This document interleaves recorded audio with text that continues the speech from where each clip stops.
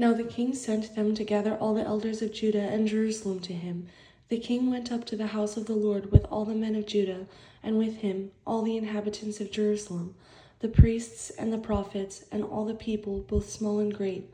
And he read in their hearing all the words of the book of the covenant, which had been found in the house of the Lord.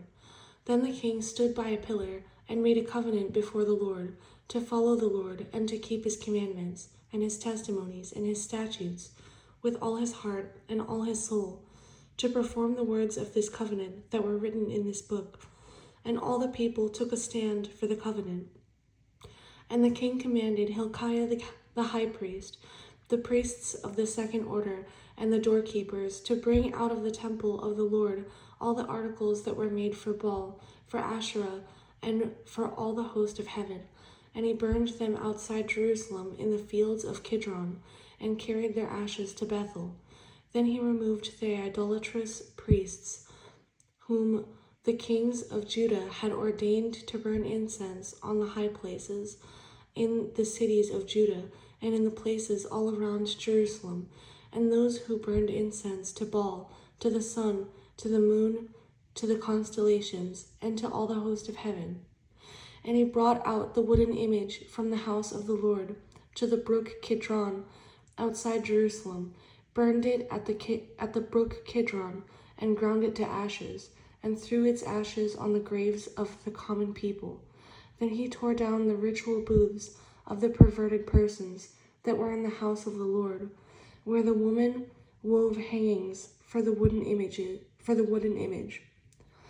And he brought all the priests from the cities of Judah and defiled the high places where the priests had burned incense, from Geba to Beersheba.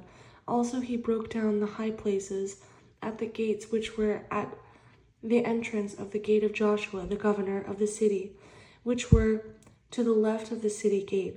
Nevertheless, the priests of the high places did not come up to the altar of the Lord in Jerusalem, but they ate unleavened bread among their brethren.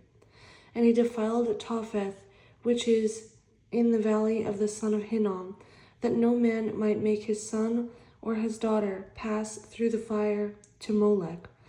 Then he removed the horses that the kings of Judah had dedicated to the sun, at the entrance to the house of the Lord, by the chamber of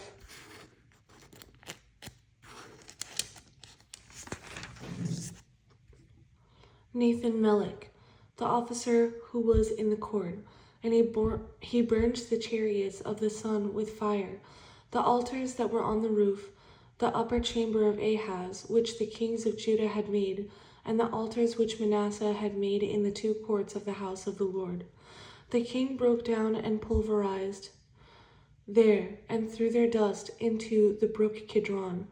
Then the king defiled the high places that were east of Jerusalem, which were on the south of the Mount of Corruption, which Solomon, king of Israel, had built for Ashtoreth, the abomination of the Sidonians, for Chemosh, the abomination of the Moabites, and for Milcom, the abomination of the people of Ammon.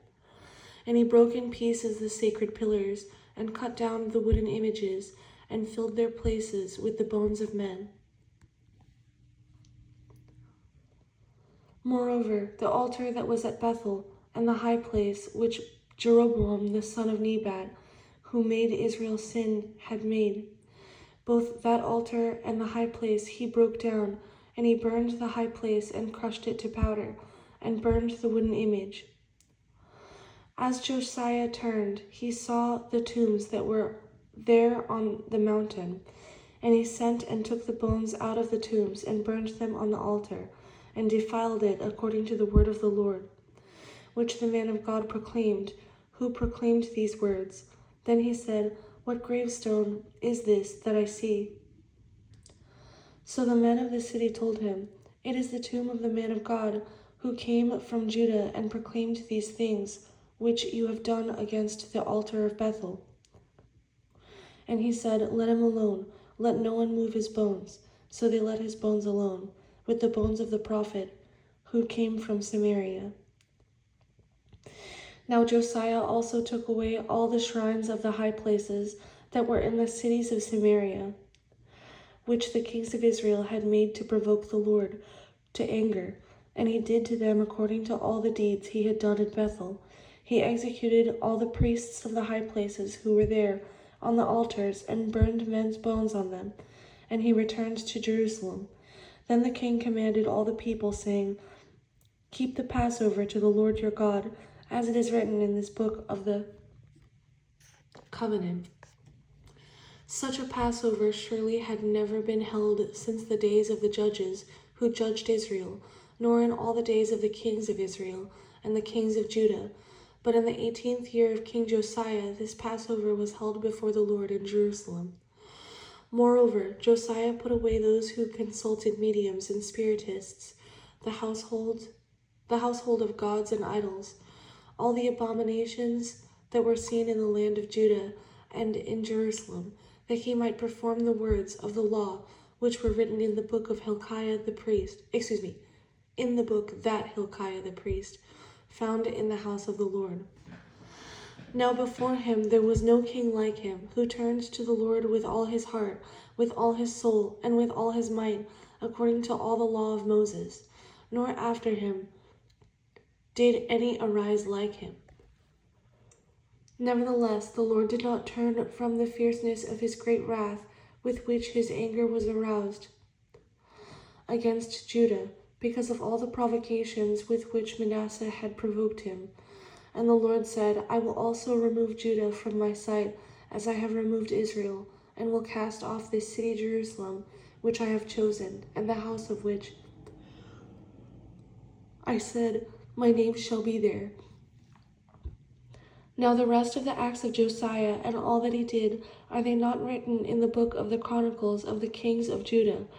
In his days Pharaoh Necho, king of Egypt, went to the aid of the king of Assyria to the river Euphrates, and King Josiah went against him, and Pharaoh Necho killed him at Megiddo when he confronted him. Then his servants moved his body in a chariot from Megiddo, brought him to Jerusalem, and buried him in his own tomb. And the people of the land took Jehoahaz, the son of Josiah, anointed him, and made him king in his father's place.